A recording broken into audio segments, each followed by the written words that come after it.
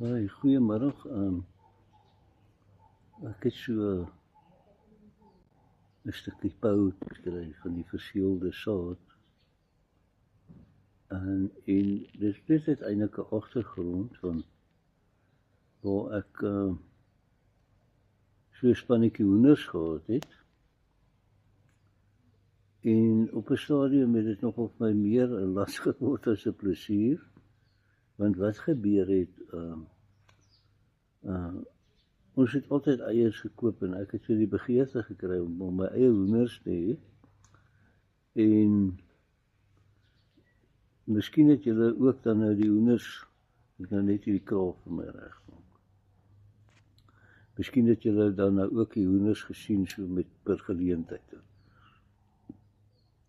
Maar deur hierdie proses sit ek eendag hier agter in die hart en eintlik ewe skielik kom die skrif van die saaier wat saai in my gedagtes in. Wat toe nou vir my, dis nou so in Matteus hoofstuk 13 dink ek. Wat Jesus sê, die saaier saai, en sommige van die saad val so langs die pad, en die ander val in die pad, en die ander val so tussen die rotse, en die ander ene word deur die son verbrand, en so gaan die hele scenario wat die Here beskryf, gaan uit oor hierdie saad. Maar hy sê, daar's 'n sekere gedeelte wat op die goeie grond val. Ja, en ou gaan mos nou maar aan met die Here, en hy praat met jou. Maar wat my toe nou tref in daai skrifgedeelte, is as ons gaan kyk 'n bietjie, hoeveel tyd word daar gespandeer weekliks en jou hele lewe lank om woord voor te berei, om 'n boodskap voor te berei, soos ek verstaan, tot 48 uur in 'n week. Wat 'n predikant moet sit en die woord bestudeer, dit uitmekaar uittrek en dit by mekaar sit en dan het hy so 'n uur preek of so wat. En dan kom hierdie dinamika in werking, want die woord word nou gesaai, die saad word gesaai, party val so op die kant, party in die pad in, en die persoon grond waar jy dan in die saad inkom, val, wat vir my daai oggend, dis omtrent so 2 jaar terug, eintlik nogal baie bekommerd gemaak het, is wanneer die voëls van die hemel kom en hierdie saad onmiddellik opraap. En ek dink, Here, is dit nou regtig so?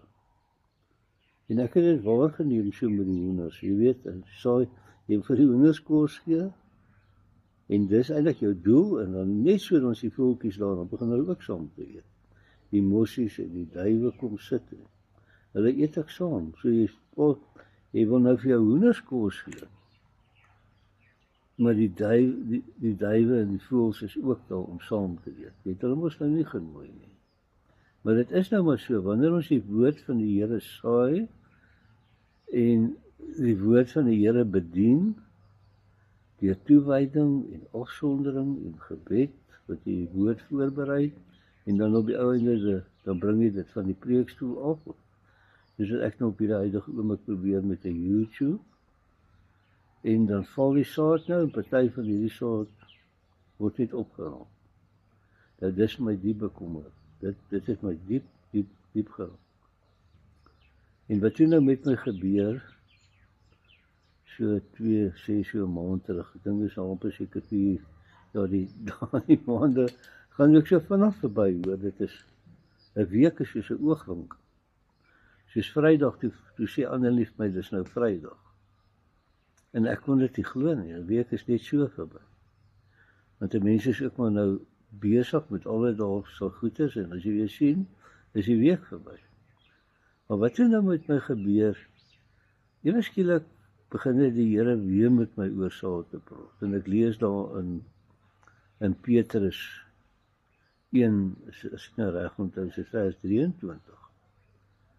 Julle is vry, julle moet met sagmoedigheid die ingeplante woord van God ontvang, en dan ook die saad ontvang in jou harte. En dan gaan net so 'n bietjie terug gaan ons deur die kosbare bloed van Jesus vrygekoop, maar ja, uit ons eie lewenswandel. En dit wat oorgelewer is deur ons voorvaders en al hierdie dergelike goeders. Nou dis nou die voëls van die hemel daai. Sodra as jy ietsie hoor, dan begin jy dit mos in jou kop in te verwerk en jy dink daaraan, jy neem party van die woord aan, die ander gaan verlore. En val net, dit gaan net vernietig word. Voordat jy by die kerk uit is, en jy al reeds vergeten. Dis wat dit mos nou maar gebeur, en sê vir die pastoor die oggend, maar pastoor, jy het vanmôre goed gepreek, en die pastoor moet jou vra, maar broer, oor wat het jy gepreek, en gaan jy nie kan sê nie, hoor. Maar dis wat gebeur, want ons is so besig in ons binnestaan. Maar wat my die wonderlikste ding is, ekskuus, daar is 'n saad, wat in my hart ingeplant is. En daai saad is die belofte van die Here Jesus. So daai saad kan nie deur die voëls bygekom word nie. Nie deur godsdiens en tradisie nie, want dit is vrygekoop deur die kosbare bloed van Jesus. Nou hierdie saad het soos enige saadbank in hierdie wêreld, en ek sien nou maar as ek 'n pakkie saad koop en sy so, ekskuus van my, weet nou nie, maar ekskuus. Doen is hierdie pakkie saad wat jy koop soos mieliesaad of ook is met so 'n bedekking om hom, so oranje bed. Maar dit sê vir my, dis die waarborg dat daai saad gaan groei en dat die insekte wat nou wil kom knaag aan dit nou eintlik klaar in die saad ingebou is. En dan is ons nou so daar weet is die saad geneties gemanipuleer om tot droogte bestand, siektebestand en al hierdie goed. Dis nou hierdie pakkie saad of die saad wat die plaasboer gaan koop om by die mielielande in te doen. Want hierdie jaar se saad is vir die jaar. Volgende jaar moet daar weer nuwe saad gekoop word. So jy kan ook nie hierdie jaar se saad vat en weer hersaai nie, want dit gaan nie die dieselfde resultate hê. So dit is eksklusief. So is die woord van God eksklusief. Hierdie woord wat ek nou na jou toe bring is eksklusief. Dit is gewaarborg met 'n belofte wat in Genesis hoofstuk 3 vers 15 staan, waar hy sê dat ek gaan vyandskap stel tussen jou saad en die vrou se saad. Hy gaan jou kop kom verborsel, maar jy sal hom in die hakskeen byt, maar hy gaan jou kop verborsel. So net nadat ons mensdom gesondig het, gee die Here vir ons mense 'n belofte. En ons weet nou veel later na daai tyd. So sê 2000 jaar na daai belofte gemaak is, verskyn Jesus. En hy is die saad. Hy is die belofte. Hy is die ene wat die kop van die slang vermorsel het. Hy is die ene wat sê, ek het die sleutels van die doderyk en die dood. En ek het die dood oorwin. Kyk, ek lewe. En ons het nou deur hierdie proses van die jaar, wat ons by die Pasga verby is, ons is by Hemelvaart verby, en dan gaan ons nou Pinksterdag tegemoet. Dis so een van die dae.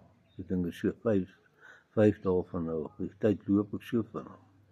Maar dit is wanneer die belofte van die opstanding, dat Jesus opgestaan het, daai dag toe Pinkster aangebreek is, toe die Heilige Gees uitgestort is oor die kerk, word ook dan nou die geboorte van die kerk genoem. So daai dag is 'n verseëling deur die Heilige Gees wat oor ons gekom het. En dit is die waarborg. Die bloed, die water en die Gees wat getuig op die aarde. En hierdie drie is eensstemmig. So, dit is wat ons aan vashou. Is die bloed, die water en die Gees wat dan op aarde getuig, en hierdie drie is eensstemmig. So, ek wil jou seën vandag, en mag die Here se seën en genade, en soos Petrus vir ons raad gee. Jy sien, die goeie grond is ons hart. Dis wanneer hy saad kom en hy val in die goeie grond, en hy word vermenigvuldig. Nou my droom is daar minstens 1000 siele te bereik met hierdie woord. En Jesus se naam het verhoog het. En ek vra ook dat, kyk het vir 50 jaar, né? Ons vier nou die 50ste jaar wat ek my hart vir die Here Jesus gegee het. Vir 50 jaar terug. En ook voor dit, al die woord wat binne in jou hart ingeval het tot vandag. Daar's 'n saad binne in jou hart en dis Jesus Christus. En mag hy groei in jou lewe. En mag jy sterk word in die Here Jesus. Amen. Dankie hoor vir jou luister. En soos ons sê, like en subscribe. En soos hy liedjie sê, let's pass it on. His love is free to everyone. Let's pass it on.